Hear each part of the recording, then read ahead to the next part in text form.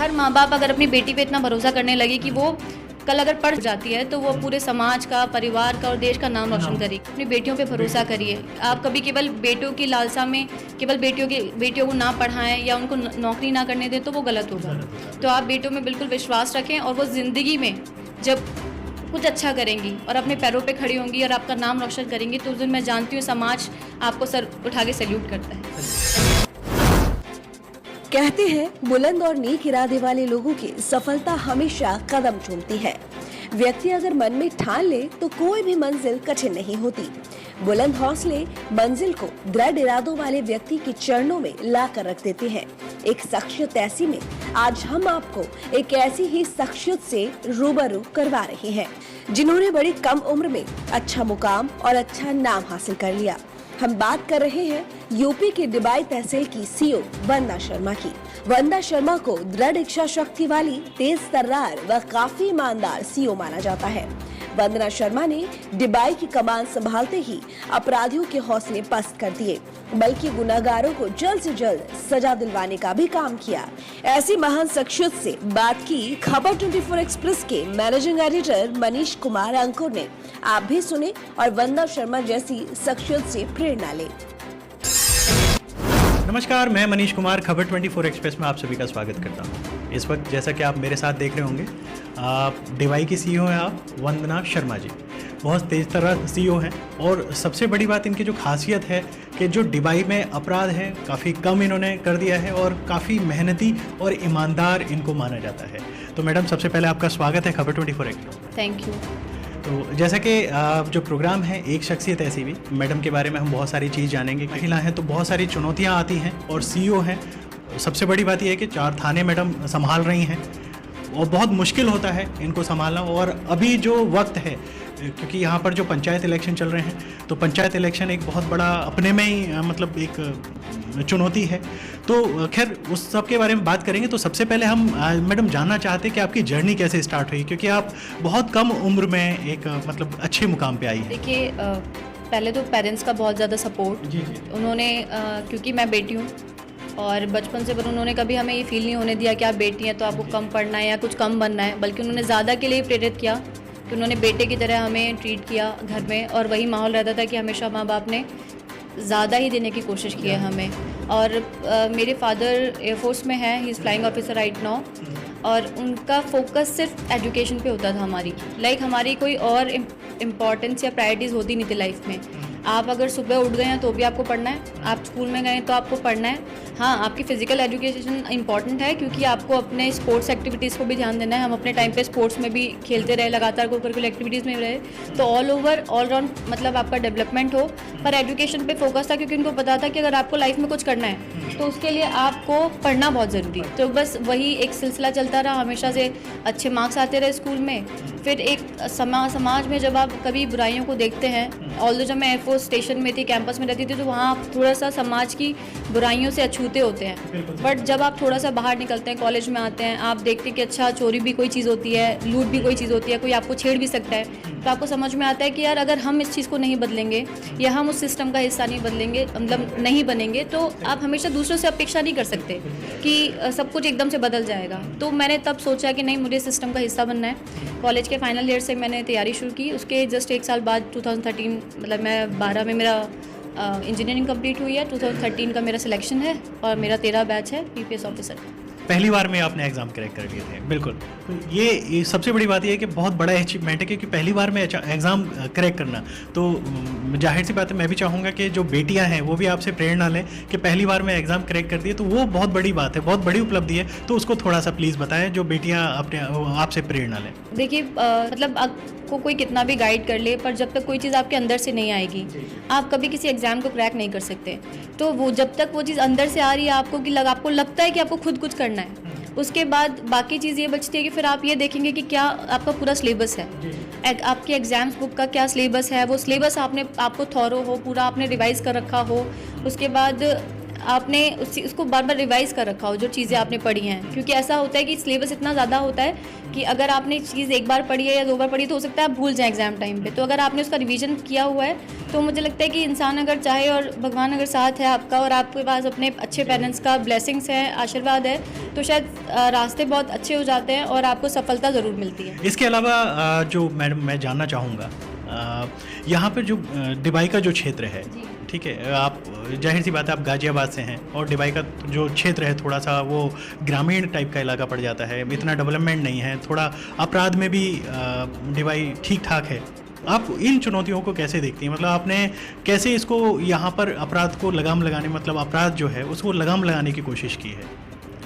देखिए, बुलंदशहर महिला संबंधी अपराध के लिए बहुत ज़्यादा जाना जाता रहा है, क्योंकि यहाँ इस तरह के कुछ ना कुछ मामले सामने आते रहे हैं। तो जो मैंने अपने कार्यकाल में नौकरी के दौरान सीखा कि कहीं ना कहीं जब शासन का, सरकार का भी इतना जोर है कि महिला संबंधी अपराध में कमी आनी चाहिए, हमें उनकी बेहतरी के लिए, महिलाओं की बेहतरी के लिए कुछ करना चाहिए, तो मैंने यही एक संकल्प लिया कि क्यों ना हम ऐसे केसेस पे फोकस करें, समाज में उन अपराधियों को सज़ा दिलाएं जो ये अपराध कारित कर रहे हैं। तो जब सज़ा होती है तो एक समाज में मैसेज जाता है, एक डिटरेंस लेवल क्रिएट होता है, लोगों को डर लगता है उस बात से कि यार अगर कल हम ये घटना करेंगे तो हमें भी सज़ा होगी।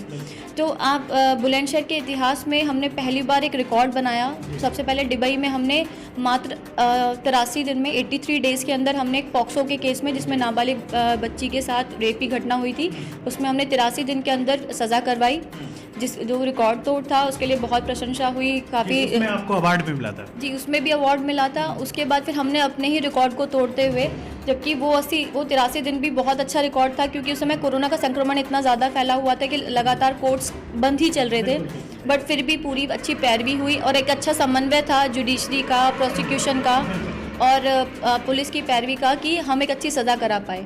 उसके बाद फिर हमने दूसरा केस मतलब लिया एक चैलेंज की तरह। फिर हमने रामघाट थाने का एक मामला था जो गैंगरेप का मामला था एक नाबालिग बच्ची के साथ, वो भी देहात का ही था, तो उसको भी हमने फिर 52 दिन के अंदर हमने फिर एक नया रिकॉर्ड कायम किया कि 50, मतलब जबकि हमें पॉक्सो के केस की विवेचना करने के लिए 60 दिन मिलते हैं, तो हमने 9 दिन के अंदर चार्जशीट लगाकर उसमें फिर प्रभावी पैरवी की और मात्र 52 दिन के अंदर FIR जब से पंजीकृत हुई उस दिन से काउंट करते हुए 52 दिन के अंदर हमने उसमें जजमेंट करवाया है। तो देखिए ये बहुत बड़ा अचीवमेंट है कि एक पहला केस जो 83 दिन में, वो भी अपने आप में रिकॉर्ड है, और दूसरा केस 52 दिन में, मात्र 52 दिन में सजा दिलवाई आरोपियों को।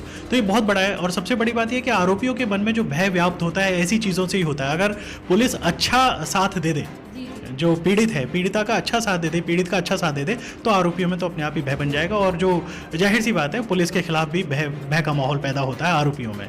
तो ये बहुत अच्छी बात है। इसके अलावा मैडम, अभी जैसे प्रधानी के यहाँ पे इलेक्शंस हो रहे हैं, पंचायत इलेक्शन हो रहे हैं, और जाहिर सी बात है हर घर से यहाँ पे प्रधान तैयार हो रहे हैं, ये बहुत बड़ी चुनौती आपके लिए है। तो इसको कैसे संभाल पा रहे हैं? क्योंकि यहाँ पर जरा सी देर में यहाँ पे मतलब लड़ाई झगड़ा शुरू हो जाता है, तो भाग दौड़ बहुत रहती होगी आपको। जी, ये तो देखिए स्वाभाविक चीज़ें हैं, प्रधानी के इलेक्शंस बहुत टफ होते हैं, और इसमें बड़ी अच्छी बात यह है कि जितने भी हमारे सीनियर ऑफिसर्स हैं, मतलब हमारे SSP सर हैं, IG सर हैं, ADG सर हैं, और मतलब DGP सर से भी जो हमें आदेश निर्देश आते रहते हैं, समय समय पर उनका पालन किया जा रहा है। और जो भी कुछ कमियां रह जा रही हैं तो बार बार सीनियर ऑफिसर्स आके समीक्षा करते हैं, और समीक्षा करने से क्या होता है कि जो कमियां हमारी रह जाती हैं तो हम समय से उनको पूरा कर लेते हैं फिर।